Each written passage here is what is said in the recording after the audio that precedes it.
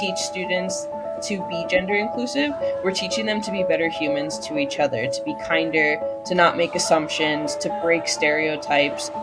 Gender stuff takes up a lot of brain space. And when kids are free to be themselves and express themselves how they want, they're able to relax and really focus on learning. When we say boys and girls or ladies and gentlemen, that's putting kids into two categories only. For someone who is gender expansive, they pick up on that stuff. And so you could say everyone, y'all, learners. I call my students epic humans instead. At the very beginning of the school year, we cover lab safety by looking at a picture.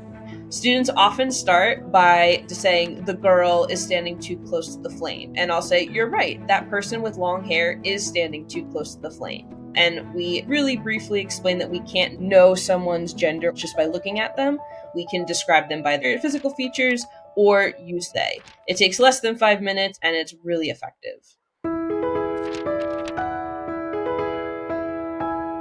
When students are playing outside, it's important not to corral all of the masculine presenting students for sports and have the feminine presenting students kind of sit and chat and do, more delicate things. Anyone can do anything. Anyone can like what they like. Clothes don't have a gender, colors don't have a gender.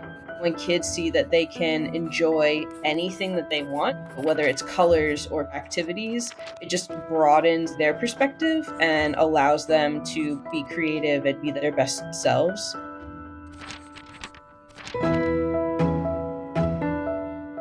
Something I find really helpful is displaying pronouns, your pronouns, on your desk, the sign on your door. The very first day of school, I introduce myself and I have an identity map with lots of different characteristics of who I am as a human. I have a picture of my cat and then I have my pronouns right at the top. That starts the conversation and gets kids thinking about maybe their own pronouns.